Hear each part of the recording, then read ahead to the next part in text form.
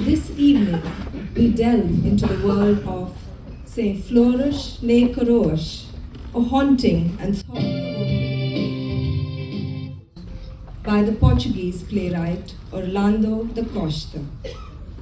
Set on the night of a monumental historical shift, the end of Portuguese rule and the liberation of Goa in 1961, this story takes place in the home of a grieving family. Saluzinho, a Badkar, is mourning the death of his elder sister Leopoldina, who is also Bostu's adoptive mother. But her passing is only the beginning of a deeper unraveling. Leopoldine, before her death, gives Salu a gift, the land she once owned. It is fertile, rich in ore, yet carries with it a curse. While she leaves Salu her land, she also leaves him with a conundrum, a self-imposed fertility that haunts him throughout his life. Through their grief, secrets are revealed, and the lines between personal tragedy and the larger political transformation of Goa blur. As we journey through an abridged version, an English version of this play titled No Flowers, No Wreaths, let us reflect on the ties between family, legacy, and the weight of history. What is the price of land, of loyalty, and of silence? And how do the past and present intertwine, shaping the choices and fates of those caught in their wake? We invite you to explore these questions with us as we begin this powerful story. We present No Flowers, No Wreaths by Orlando da Costa.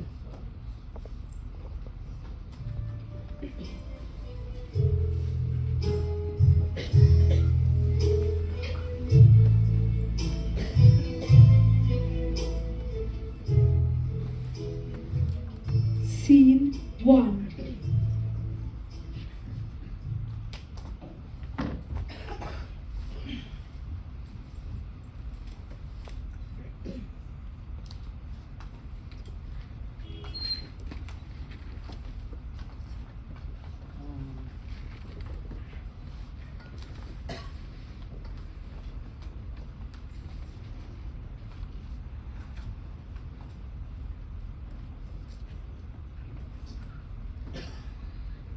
It is 7 days today that she died.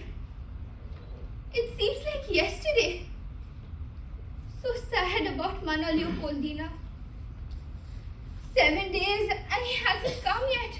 Not his fault, surely. But she wanted it so much. For the love of her Bostu, she could have forgotten to go to heaven so as not to lose the right to see him before she died. Don't blaspheme. You're tired, Angelica. Go and rest. Go, you need to rest. It's not fatigue. It's remembrance. Strange, this remembrance. You know how reserved and distant our regard for each other was? It is going to be 30 years that I came to this house. A typical timid bride. Mana Leopoldina looked at me with motherly sympathy. I was a loggia girl, and she would smile with a sort of kindness, the petulant smile of this family. Enough! Also capable of filling itself with greatness and genuine kindness. It's enough, I said. Matilda, keep your mother company. Father is worried. I've never seen him so preoccupied with what is happening. Don't I know, Mother? I'm no child. That's true, Matu. You're not a child any longer. No longer. You're a woman. A beautiful woman. And someday soon, someone will ask for your hand in marriage. And I will lose you again, my girl. Lose me? Again? I don't understand, Mother.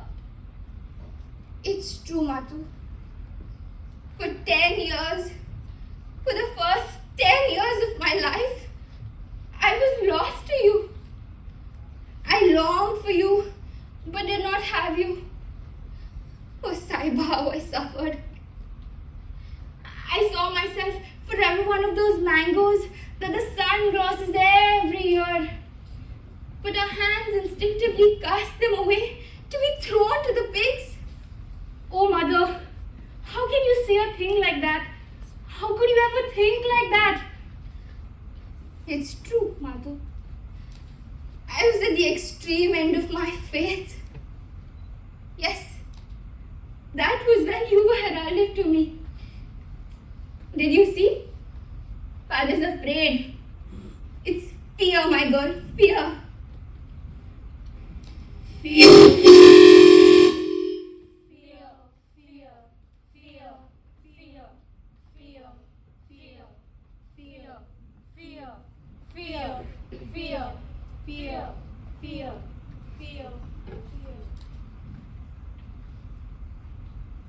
Mother, aren't you afraid? Yes, I am. Mainly for father, it is true. If at least Manali Polina were alive, she would have been what she was always to him, the elder sister. She would say time and again, when one wears a skin that is not ours, as if that said it all. When one wears a skin that is not ours. When one wears a skin that is not ours. When one wears a skin that is not ours. When one wears a skin that is not ours. Ever since she has died, ever since she was buried, every time I think of her, I can feel those eyes of her resting on me, as they did that first time. A look of strange pity and humiliating kindness. Mother, did you hate her? I came to detest her. Yes, and how? When the eyes of all the relatives, maids, moon cars, after those long months, were all directed at my still adolescent womb, those eyes and that smile of hers seemed like the bitter irony of an old maid consoling me for being sterile. She would laugh with strange bitterness. I never understood her suffering. This was how I looked at myself in the big mirror in the bedroom, in moonlight or in confusing darkness. Quite naked, sweaty, my hair all loose. When they brought Bostu home, it was exactly 12 months that I was married. And how old was he? He wasn't a year and a half old yet. That the child brought me hope in the midst of despair of so many years. Every year, the coconuts from plantations were harvested, and Leopoldina Bai supervised the storing of rice in the barns.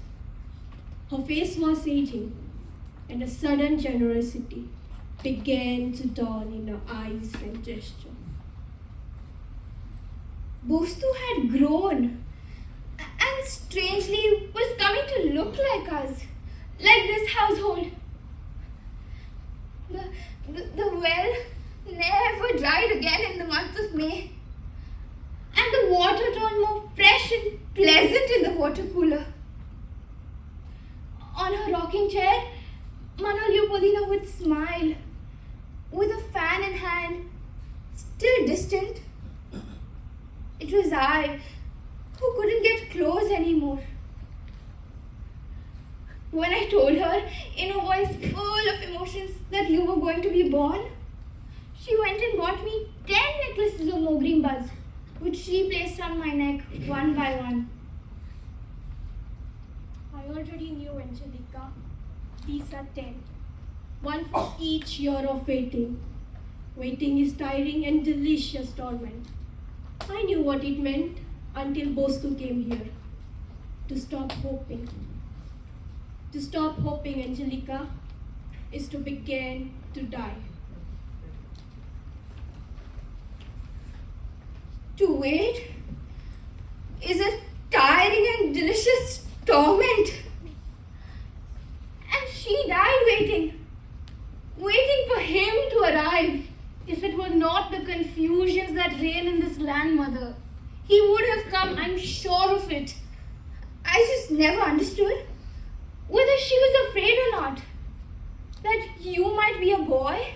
Leopoldina always loved our daughter, even before you gave birth. Do you hear? No one said otherwise. Matu is the daughter of this house, blood of our blood. He is a Posco, whom we raised like a real adopted son. A real adopted son. Yes, a son we adopted. Bostu never was a Posco. Excuse me? Yes, he is a child of this house. It was only he who helped me to wait, to retain in the depths of my being the secret hope of our having a child. A child that would be blood of our blood, as you said. Matu is the blood of our blood, the last we have. Wherever he may have been born, Bostu was born to be in this house. Absent from home, he has moved away from us. He is a child of this house. That we and he are the children of this land. The doors of this house were never closed to him. But it seems at this time, the doors of this land are shut to him. Poor Bostu. Bostu will always be present in this house. He will always be among us. Let's go.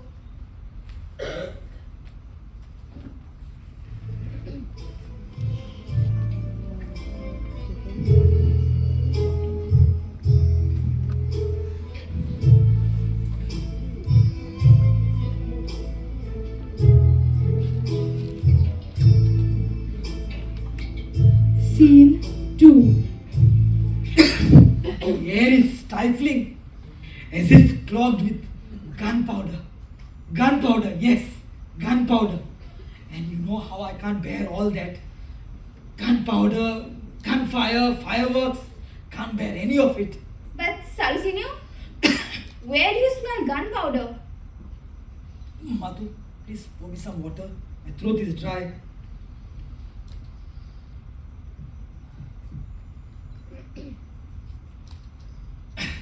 How many are left? Left? That was the last. I thought you knew. I told you. The last? Does that mean from tomorrow I will be denied of my cigarettes? And that damn frontier is closed. Why don't you try smoking a weedy, Father, as a way out? Besides, I've always heard Tia Leopoldina say that Tiu Franz Xavier never smoked anything but weedies. And he was such an elegant man, well dressed, must have had great manners too, as one can see from the portraits. A good man, but old-fashioned. He would not have been able to accompany the evolution our land has undergone. As he saw it, the land was to be measured in kumbhas of rice and baskets of coconuts. He knew no other measure. It was necessary to have a new way of thinking in order to admit, to take the risk, to see that within the subsoil of our most arid, stony and remote estates, which yielded next to nothing for a century and a half, there existed mineral ore. I was the first one in the family to disembowel with these very hands the false boulders which rested on our status as mere Bhadkars. Were it not for the Raiturkar's son, I bet you would never get to explore. What did he know about mines? Were it not for him, forget it. I was the one who took an interest in our progress and that of our land. I had that vision. Today I have other duties, new perspectives, new spheres of influence. You were to revive the family. The resources, I mean. But that is not what I condemn. That is never what scared me. It was the interference, the detours, the sponsorships, the other duties you spoke of. The new relationships, high-stake capitals, requests, patronage, the state cabinet. There are some things you should not speak of. Sorry, Sarojini, but we've seen you so worried lately, so worked up. Your comings and goings to Panjim, your sleepless nights, your silence on some days, at certain times. All this speaks louder than you can imagine. You know nothing. Nothing. Good grief. It smells of gunpowder. I would like to know who will defend us. Do you really think we're going to be attacked? This time things have gone too far. All we wanted was peace and harmony. Progress. An encounter with ourselves. An ancient bygone peacefulness. Autonomy.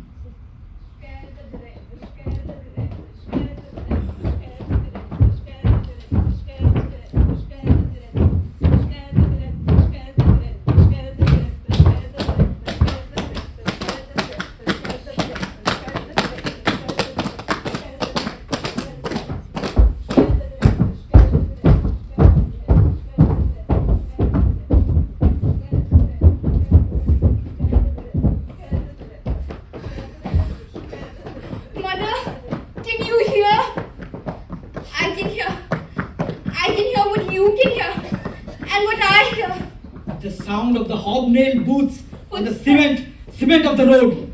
Footsteps of the one who comes or goes. The sound of the hobnailed boots. It's a soldier going to the war. They're going to kill, they're going to die. They will defend us with their blood. Angelica, tomorrow at the time of first mass, we leave for Kurtori. What? Are we going to abandon this house? I will come back. You will stay and you will take Rosenda. We can't. It's for Mathu's sake. We cannot let her remain in this house, exposed to everything. Will we be ransacked? Will we be respected? I don't know. You have no trust, Sarojini Babu. No trust. I don't know. Fine. I've taken care of everything. Pack your bags. Now I have to go out. At this hour? I won't be late. Fine. Pack your bags. And don't forget the jewelry. Yours, Mana Leopoldina's, and the girls. We must protect her, Angelica. We must defend her. It's a soldier going to the war. It's night. They go to war.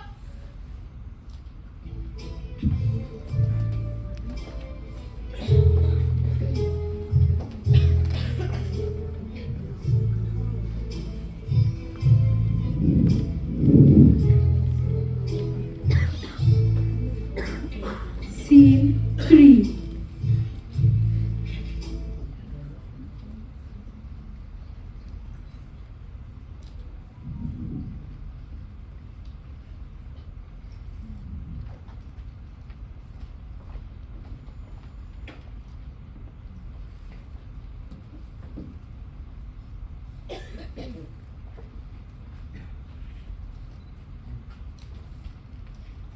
These pieces of jewelry were given to me when I married your father. I was then 17 years old. Are you listening? Yes, mother. What are you writing? I'm writing to Bostu. I'd like to know what he thinks about all of this. This necklace, these earrings, this ring and this bracelet were given to me by Mana Leopoldina on the night of the wedding. Till that moment, she had given me nothing. And when I thought she would give me nothing but that smile of hers, which is stamped on my memory, that cold, distant, conventional smile, she went and brought me this jewelry as if she was carrying an armful of flowers and said to me, and I remember that so well I can see her. She said, "These belong to our grandmother, then to our mother, then to me." Then she looked at father, who was standing next to me, and said, I kept them safe without ever using them. Keep them till the next generation arrives. Perhaps it may arrive soon. And then there was all that time of waiting. A time of dryness and hope. When I thought you would never come. Come here, my girl. I want to see how this Julie looks on you.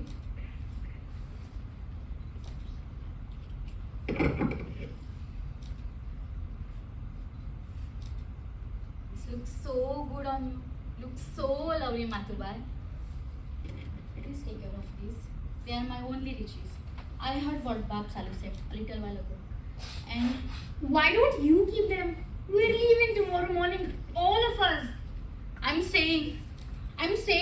It makes no sense for me to leave, to run away, to protect myself from whatever it may be.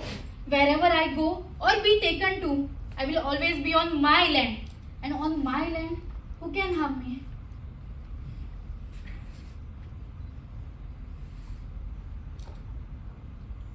I'm old. I was born here. I grew old here in this land. And here I will die. And here I will be buried in this dust. And only here I can be remembered.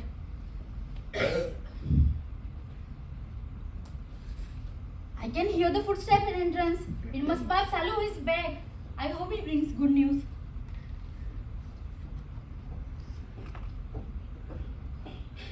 Bye. Do you know he's back? Do you know?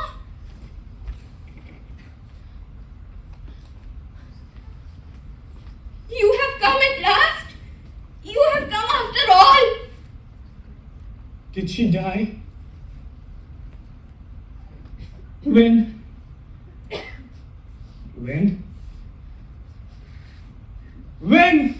It's 7 days since she died.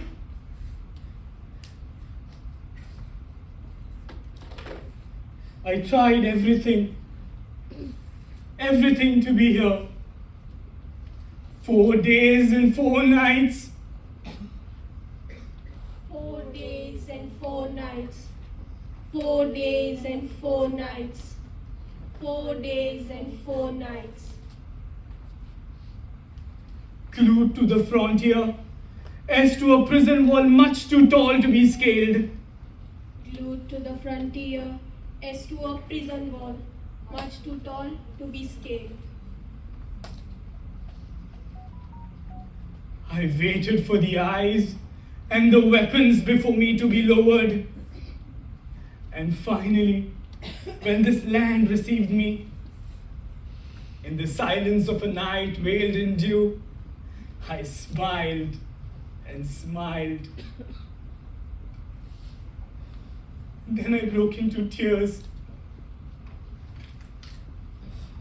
Poor woman. It took me another 3 days and nights to arrive at this house. I saw fearful faces, eyes filled with hatred, mocking smiles. And I calmly said, we will not be mown down by death. Death! Yes, death! I tried everything to arrive before death, before her that did.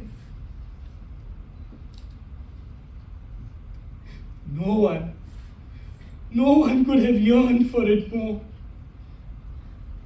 What are you doing here? When did you arrive? I've just arrived. How? Yes, he has just arrived. It was a surprise for us too. What are you doing here? Wearing that necklace? When you know you have to wake up early tomorrow. Mother was packing the jewelry. That's when Bostu arrived all of a sudden. The necklace looks lovely on you, Mathu. You've grown up so much and you look so It's late. Say your goodbye now. And be prepared to leave at sunrise. Leave? Where are you going? Where are you taking her? I'm taking her to safety. It can be quite worse. Or don't you think so? Do you think the soldiers are going to offer resistance? They will defend one and all, fight to the very last man in army uniform. But that is madness. Those are the orders. A murderous madness! Until the last man in army uniform falls, how many men not in uniform will fall dead or wounded in the mud of this land, uncle? All that for nothing? Have you thought of that? We must be ready to sacrifice our life for the sake of those who expose their lives to defend us. But uncle, we are not the ones who are going to be attacked. This land is going to be simply Devastated. devastated. Yes, devastated. Those are the orders. If this land is going to be devastated, what's the point in providing for your daughter's safety? What's the sense in taking all this jewelry and running away? I forbid you to speak, to remain in this house. But you, I forbid you to keep calling me uncle. Salusinu, please lower your voice. Don't scream. Matu is very scared. if I'm here in this house, it is on account of your sister. I'm sorry, Tia Angelica. I know you love me, and I love you very much too. But if I'm here, if I've arrived already without any hopes of seeing her again, it was only because of this letter. From Mother Leopoldina. Yes, her last letter. A letter that she dictated surely few hours or few days before she died. A letter full of love, full of tenderness. How do you know? I was the one who wrote it. Wrote it as if I were the one dying. She dictated it to me word by word, sob by sob. Angelica, you never told me about that letter. It was a mother's letter. A true mother to a son. Only he, the adopted son, or I, someone frustrated of being a mother for some 10 years. Only we can understand it. It's a soldier going to war. It's night. They're going to war.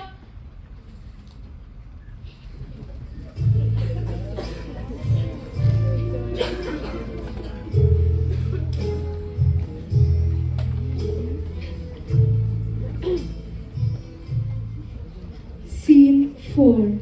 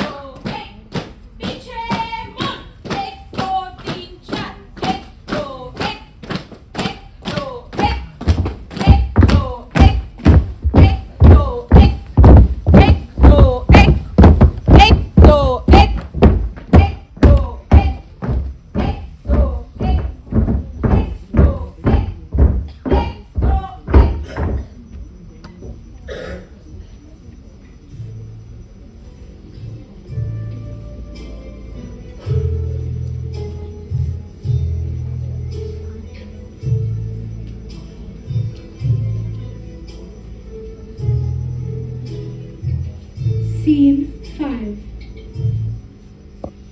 And to think that these 7 days, Mother and I have been here, always here, day and night. Forget it, Madhu. You should not think about it anymore. It's not just me, it's Mother too. Did you see what just happened? An attack. The beginning of an attack. The first signs of agony, long or short, only God knows. And my presence here, at this time today, tonight at this moment, may you forgive me. May you all forgive me. I know. Father always worried that you might arrive at a time like this. He knows too well how proud and firm you are. You to accuse me, Matu? I don't accuse you, Bostu. I admire you. We're both young. We're both wholesome. And so we're worthy of being admired. And Also, perhaps, father is old, tired, shaken, without trust. He claims that everything smells of gunpowder.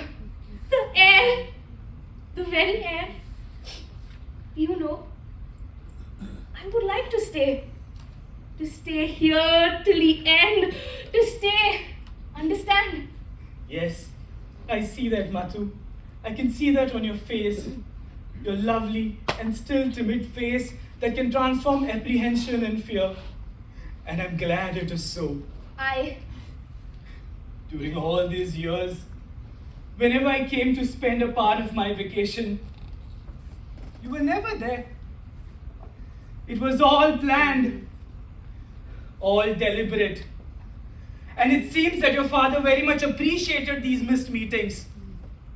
But after a point, it came to be inhuman. My presence in this house for years now has turned to be less and less convenient for your father. Had he wished, I might have perhaps... No. Say it! Had he wished, I might have perhaps been able to be present during her last moments. But he did not want that. But never mind. I've gained the joy of seeing you, Mathu, of seeing you stay. Tomorrow, we will go and place flowers on her grave. Flowers, cheerful flowers. Flowers picked from the garden that she herself tended every day. Yes, you should help me, Mathu. We too will go and collect flowers. Many, many flowers for her grave.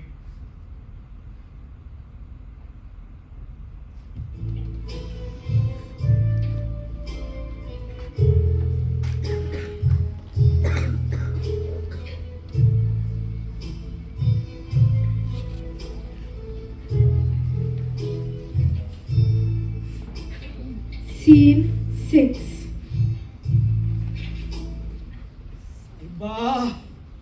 Betrayed by my own. I could never imagine that possible. But that's what betrayal is. It's funny. One is only betrayed by one's own. The face of the enemy is much more truthful than... Be calm, Sarojini. Be calm. You're raving. Leave me alone. Leave me alone. Listen. I hear. How well I hear. The boots on the cement don't make the same noise anymore. It's as if they are worn out. Poor man. It's as if they are headed far away. And they are still here. Even you, Angelica. Even you. That letter, the letter you hid. But Sarojini, it was a letter of a dying person. I know the excuse. The letter of a dying person. The last request. The confession.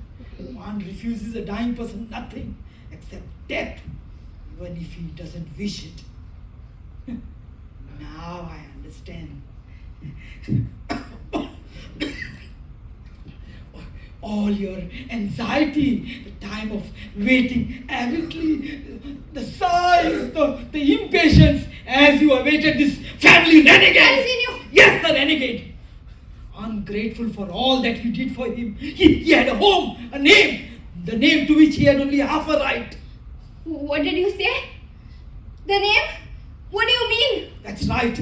We could never learn who the father was. But Sarojini, there are so many children like this. And the mother? Do you know who she is?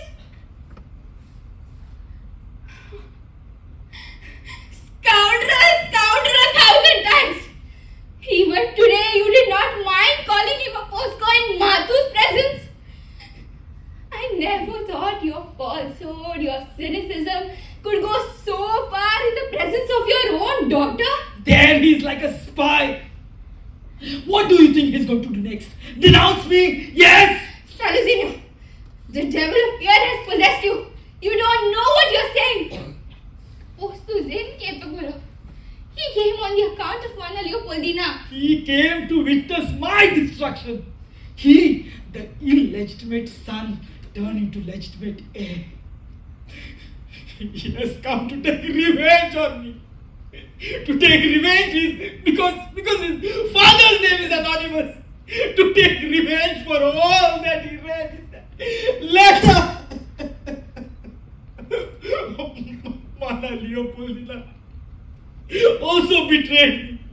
Always. And at the hour of death. And she promised.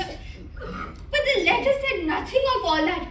Related nothing, revealed nothing, no secrets at all. It was a letter from a real mother to her son. You said so yourself. A letter only he could understand. Only he and you. A woman frustrated during some 10 years for not being a mother.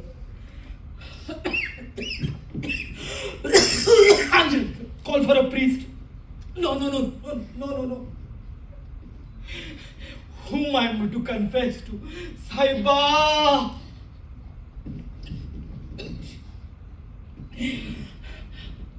What happened to the soldiers who went to defend us? It's the soldiers. Do you want to know, Anjali? Do you want to know why you waited for 10 years for your daughter? Yes. Do you want? Want?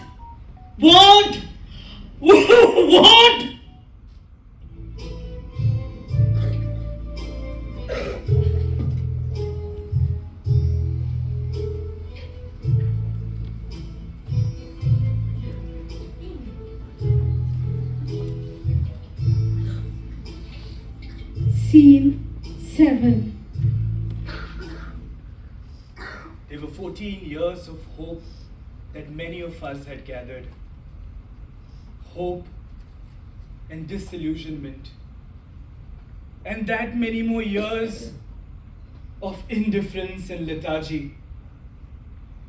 It is only one who has not lived away from here cannot imagine the meaning of suffering and silence and the humiliation of forced obedience.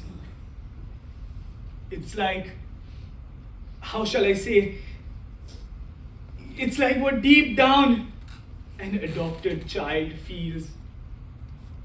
Yes.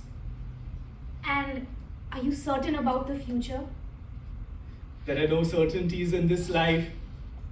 What I know, and what you are old enough to know, is that the present is wrong, and the wrong of the past come from afar. To look at the past and to try to uncover it, to understand it, is fascinating but dangerous. It allows us the opportunity to lose ourselves among ghosts, but it also allows us the door to the present-day responsibility for us all. I understand. An adopted child knows that he has a father and a mother, though he has not seen them. Each one of us must be by ourselves and meditate on our own destiny. An adopted child can only find the features of his parents in the image of his own eye. Bostu, and all these years with such few and short visits to us, did you not long to see us? This land, this house, Tia Leopoldina? I did. Yes, I did. But it was a longing filled with impatience for a time when I would arrive to find you free of all compassion and fear of wounding me. I too, independent, free of all gratitude, would then be able to offer you my friendship and my love. And then leave, go back, after having shared bread and light in this house. Like today? Almost. This time of separation in this land has helped me understand many things.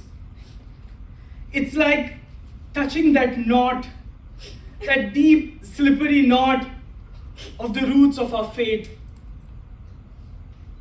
I'm sorry to tell you all these things, Mathu. I'm sorry, I shouldn't have. But coming of age is a painful experience, at times cruel. But I'm not 18 yet. I'm still under the guardianship of my parents. But I would have liked to go with you. At that moment when she died, I was thinking not of her, but of you.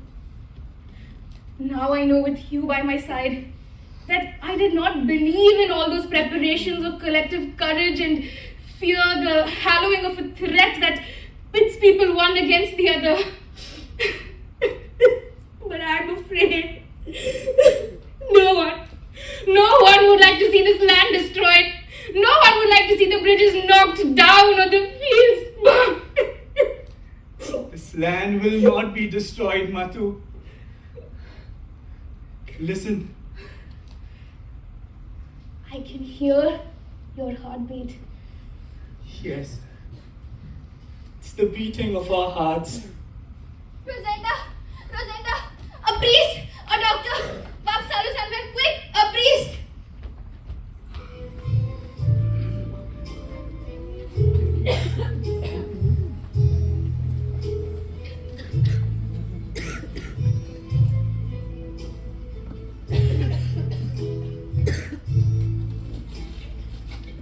Scene 8.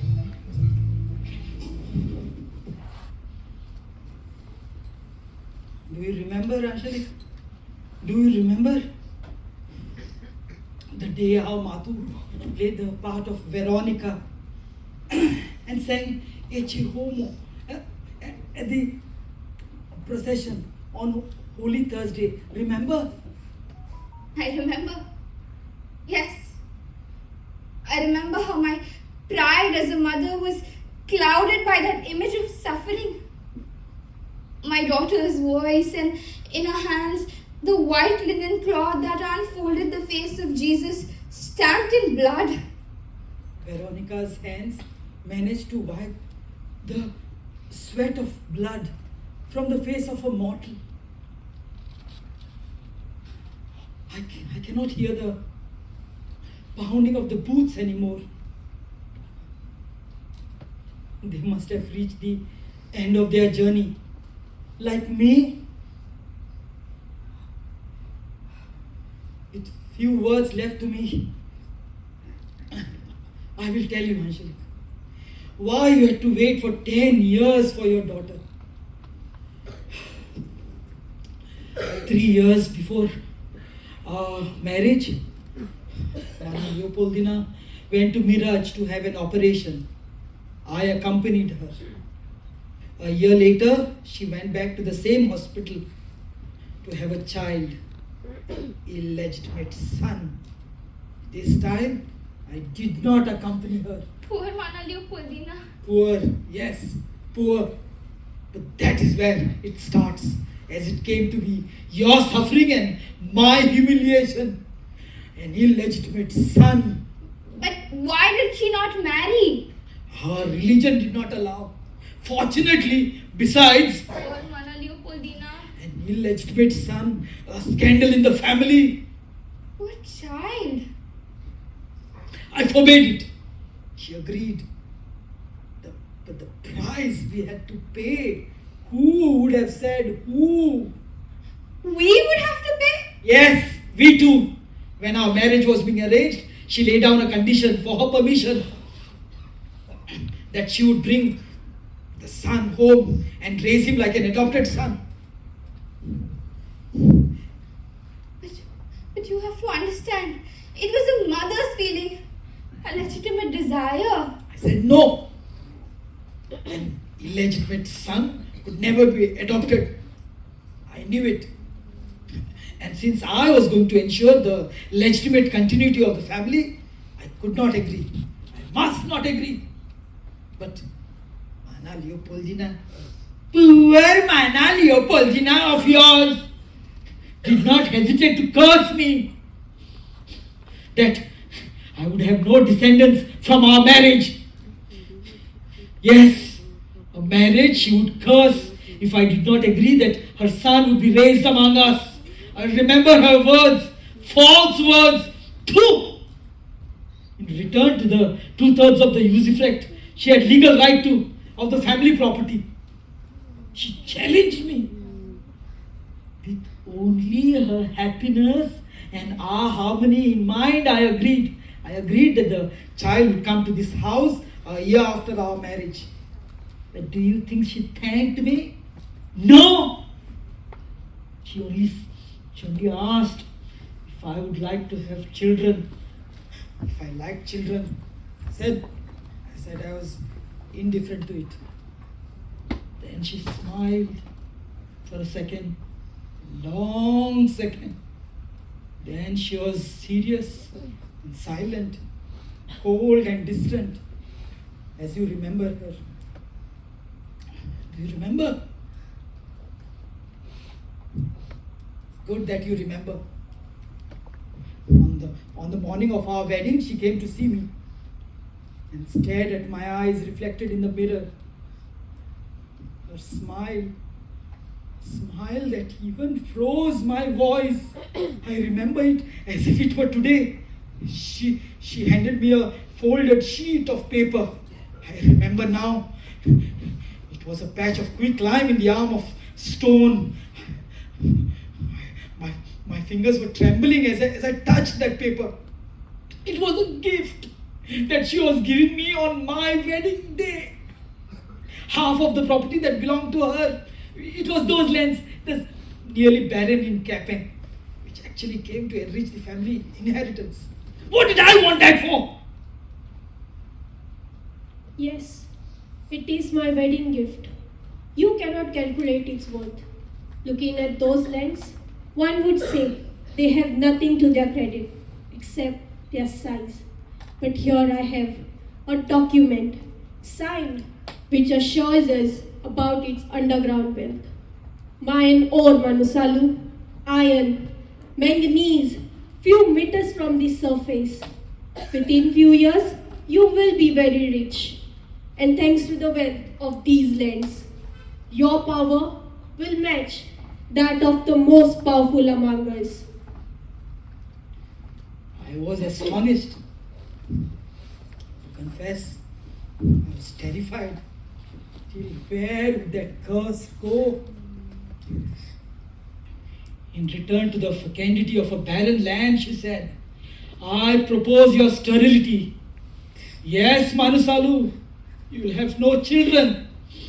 Or otherwise, our adopted son will be in next 20 years richer than you could ever imagine. And his stature will cloud your sight to the end of your days.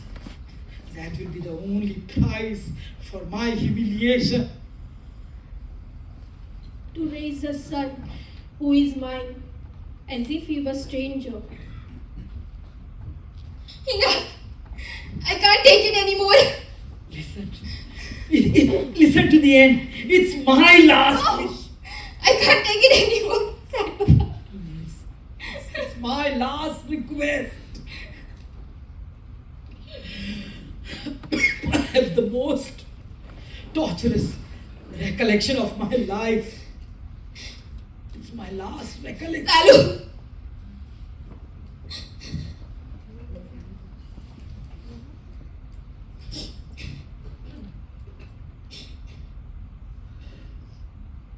I cheated her for 10 years.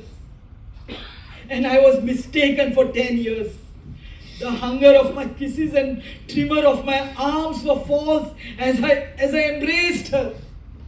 It was only the fear of betraying myself before her gentle body and so shy, so anxious. Let me speak to you for the last time, Angelica. Let me speak. How many times did you not suppose? How many times? How many? Did you not suppose that love had been consummated on that bed where joy was never possible and sadness was even docile? I cheated for 10 consecutive years. And I cheated myself for 10 consecutive years. And for 10 consecutive years, gods and demons pursued me. Until I could see them on my skin, on my breath. It was only your dedication to her son, your tenderness, the love that he awakened in you like a treacherous fire. That is what saved you. Perhaps afraid that you might come to own her son. Who knows? She lifted the ban. Everything had been different, Angelica. Everything would have been different. If only I had been able to beget a son for us. But now! I remember. Yes, I remember the time Mathu began to grow inside me. Light the lamps. Open the windows. What do I hear? Saiba.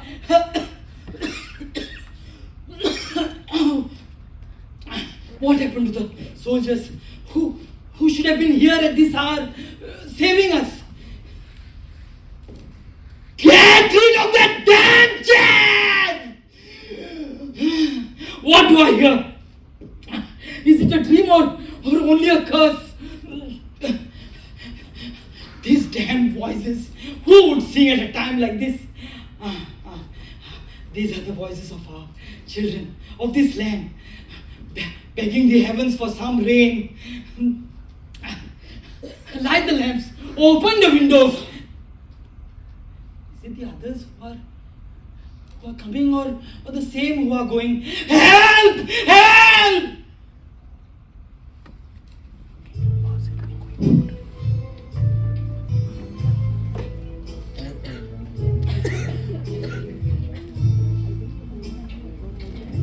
Scene 9. Devato Poot Swargasan Sausarad Idol. It's my time to leave. From the bottom of your heart, Mathu, do not allow this land to be destroyed. I will come back tomorrow morning to collect flowers. To collect flowers for Tia Leopoldina's grave? From the bottom of my heart, Bostu, from the bottom of my heart, I will not allow this land to be destroyed.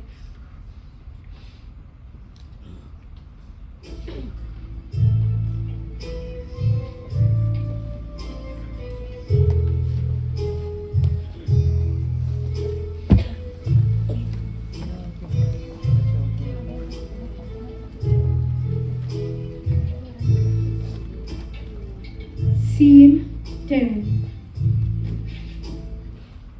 Help me. Help me. Mathu, I'm dying. Who will help me? Angelica.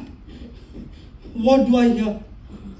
If it is death, close my ears. Close them. What you hear are the voices of what you deserve. Yes, to die is also to hear.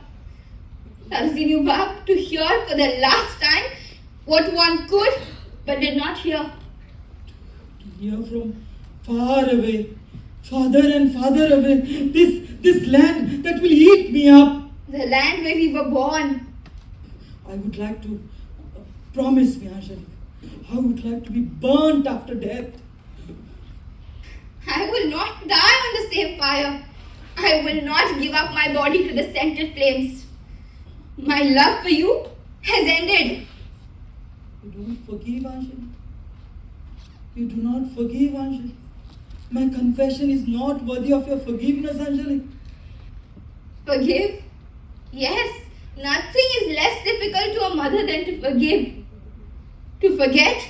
No. Amen. Is it that the bridges that are crashed now and the roads that are exploding, it means Saiba and the prayers of the children did not reach the ears of the heaven. I would like to see the lowering and hoisting of the flags. It is the hour of surrender. For those who go, for those who come, for those who stay, It is the hour of death.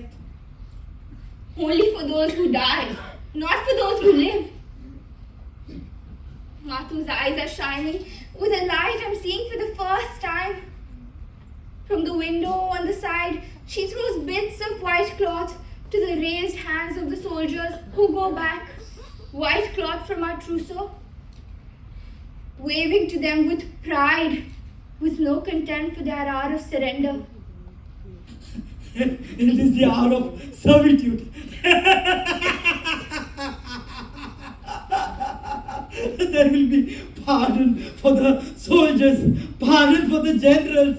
Saiba, may there also be pardon for me. Mathu, may it be your hands that give me the last rites. Wipe my face, my daughter. But that evening, the shroud was stained with blood. As you wiped it with the blood that the face of the mortal was sweating. My hands tremble as they did that time. Throw them away. These kerchiefs, these towels, all of them out of the window into the hands of the soldiers who file past at the hour of my death. It is the hour of surrender, the hour of the final servitude.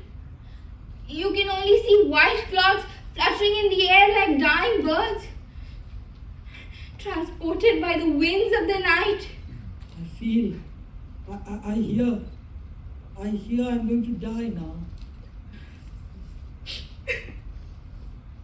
He said he would be back in the morning to pick flowers. Angelique, I'm here. who will attend my funeral? No one. I'm afraid you may have no other people attending beyond the pallbearers. My coffin? I will order the best coffin for you, a coffin of Pau Santu. But I'm afraid you may have no other coffin besides that linen bedsheet. This bedsheet? Yes, you will have no flags to cover your body. You will leave this house with no flowers, no wreaths. And the grave? The grave digger, I think he will not mind digging the same spot he dug last week. The same spot? Yes, the family plot. You will be next to your sister. To the right, I believe. From what I heard our daughter say, when you arrive, there will be flowers there. Many flowers, all the flowers from our garden.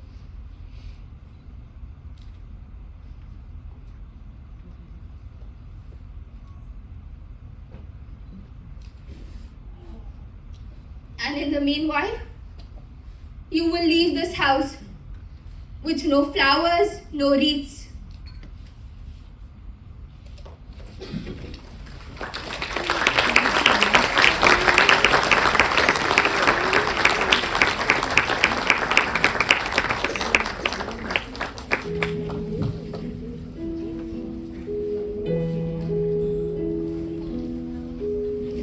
We now sing for you a song inspired by our play about the land, for the land.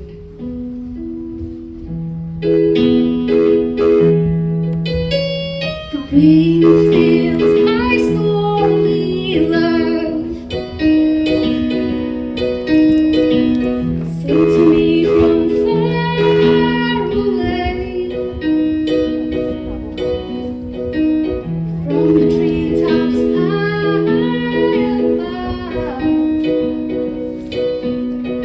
birds do have so much to say,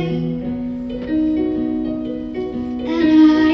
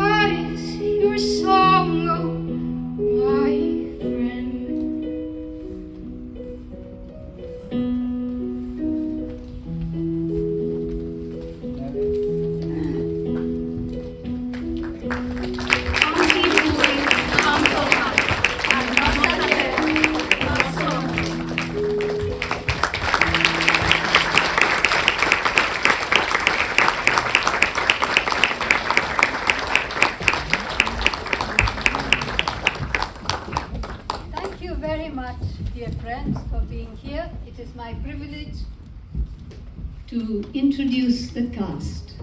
Mother, Sanikaa, Verlekar, BA Portuguese, second year. Daughter, Candice, Sequeira, MA English, Part 1. Father, Kiran Bhandari, of the Mustard Seed Art Company. Rosenda, Krutika, Gawas, MA English, Part 1. Bostu, Professor Anthony Gomes, Discipline of French. Chorus, Neshruti Malgaonkar, MA English, Part 1. Tanushree Rai, BA Portuguese, second year. Gulnaz Tahhildar, BA Portuguese, second year. The Portuguese Army of the English, MA Part 2. Archana Shetkar, Shanali George, Simran Monteiro, Simran Parotkar.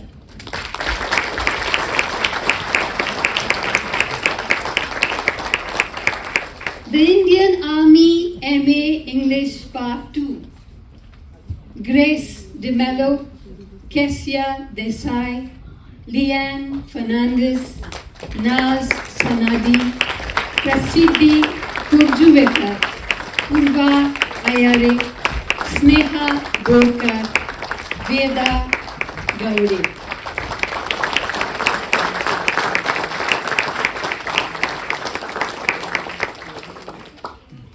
The song Whisper of the Land was written and composed by Candice Sequeira in collaboration with Joanne Da Silva on the keyboard.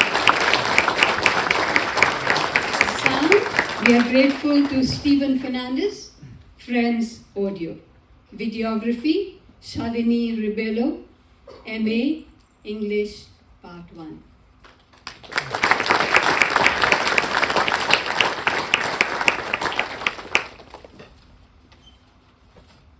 We would not have been able to perform this play were it not for the assistance that we got from a whole lot of people. The organizing committee was hugely helpful. Professor Dhruv Usgaonkar and Professor Rochelle Fernandez. The production team was led by Professor Anthony Gomes.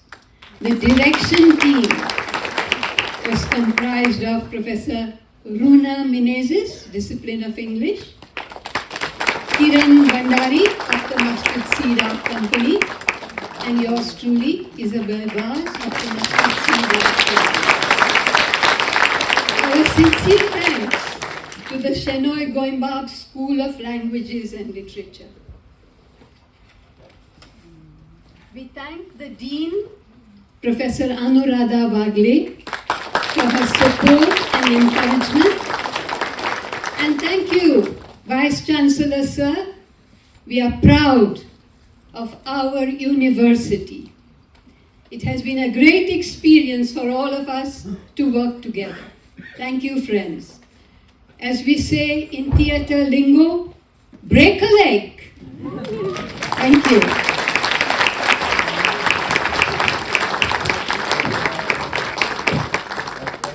Thank you all for being such a patient and receptive audience.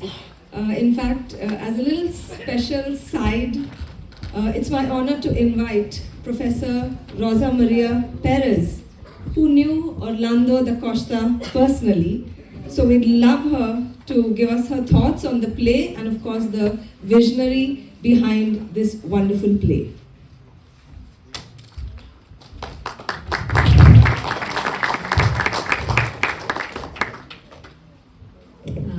Good evening. Thank you so much. Congratulations for this wonderful play.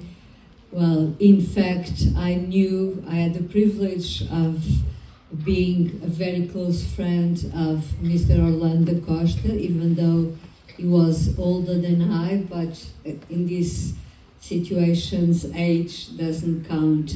We used to meet every 2 weeks for lunch in a small restaurant nearby our houses. That were close by. The house, this restaurant that was called Pipoca, a very unpoetic name, which means in Portuguese popcorn, and immediately he baptized it as Casa Amarela, the Yellow House. So we would meet at the Yellow House, and we'll talk more than eating. We will talk, and of many things. And of course, Goa was always in his art, as it was in mine. And he would tell many stories about Goa. He didn't want to pass away before coming to Goa for his last monsoon. Unfortunately, he could not. I came on his behalf, which of course was not the same. We both loved opera and literature. He was an amazing reader, a very cultivated person. He would suggest me the best version of a certain opera, and also, of course, many novels that I didn't know, not Portuguese, but in different languages, and I would suggest him a few. And we would meet in different occasions. Sometimes we would have him at home with his wife, wife. He was very much in love with his grandchildren, and he was so different from any grandfather that I do not resist to tell you a small story. Sometimes he would go to his one of his granddaughters' school to pick her up, and he would bring a rose, a red rose. In the beginning, being a child, she would be shy having the grandfather with the rose. The other children would laugh, but as time passed by, she would miss the rose when he would appear without that rose in order not to make her feel shy. So there were many little stories that I could tell you about, not about our friendship, but about him. But most of all, he was an amazing human being. He was, of course, a great writer. I had the privilege of launching his last novel, O Último Olhar de Manu Miranda, and it's about Goa. I don't know that any of you have read it in Portuguese, in the Portuguese version. I would love to have it in English so that those of you cannot read Portuguese could read. Indeed, it was his favorite novel. A couple of years ago, there was a celebration of his 90th birthday. So some of his books that were out of print were reprinted, namely O Signo da Ira, which has been translated 6 years ago and given to his son, Mr. António Costa, was then the Prime Minister of Portugal, now the European Commissioner, as you know. But unfortunately, Último Olhar de Manu Miranda, which is a kind of more than a portrait, is like being in Goa, like entering in a living room and getting to know a family, has not been reprinted or translated. So I hope that that will happen as soon as possible, because, as I said, it was his favorite novel, and it tells a lot about his feelings towards Goa. As some of you would know, used to come in the last years of his life before falling sick. He would come to Goa He would love to stay in Panjim at Hotel Nova Goa with his friend, Mr. Aldut Kamat, is no longer with us. And then he would go to Margão to stay with his brother, João Costa. I know that many of you have met him. I've learned a lot with him, of course. I used to call him my Guruji, and he used to call me S.G.S.L.L, even though none of us spoke Hindi, of course. And in many ways, in many respects, he was a guru to me in the true sense of the term. It was not only about telling me about literature or about music or about painting. He loved art, and you would not miss an exhibition in Lisbon. You'd go, perhaps not to the launch of a certain exhibition painter, but you'd go for sure to attend every possible exhibition. But it taught me so much about life, about people, about human beings, about friendship, about connecting to people. He always would want me to tell him on my return from India, from my trips to India, either from Gujarat or from Goa, to tell him my stories. I would rather wanted to listen to his stories. So our friendship was in a way an exchange of experiences, but most of all, for me, it was a lesson of life and a lesson for life. He was a very, very honest person. He was beyond honesty indeed. Very discreet, very elegant, always very, very, very elegant. Even when he felt sick, he didn't even want to go out because he felt he was not elegant as he should be. But he had this passion for life, for nature. We used to walk in the garden nearby my house and this house, which, as I said, was nearby mine. We used to walk. I had some favorite trees. He had some favorite trees. Sometimes we would dispute our trees in a very good way, of course. Long walks, and he would talk a lot. When it was raining, he would talk about the monsoon, and the monsoon for him was crucial, was essential.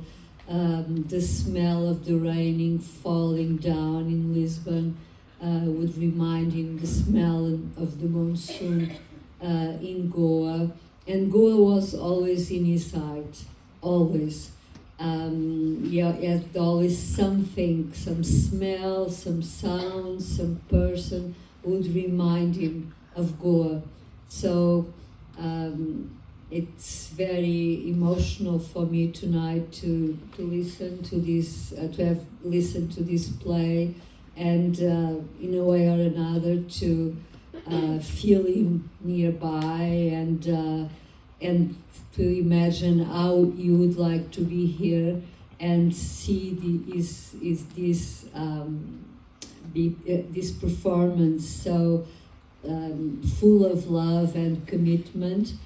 But yes, I would like to tell you how much he loved Goa more than anything. Well, Goa and his friends from Goa, and how Goa was always in his heart. I wouldn't dare to say until the last moment, but you absolutely want to come to see the last monsoon. So when he passed away, I was asked to write an in memoriam, and I wrote something which I called The Prince of the Monsoon.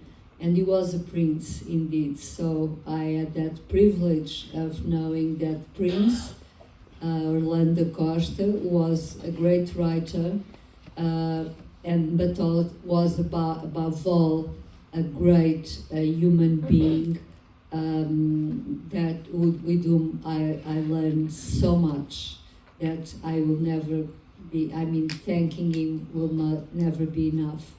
So I think that's all.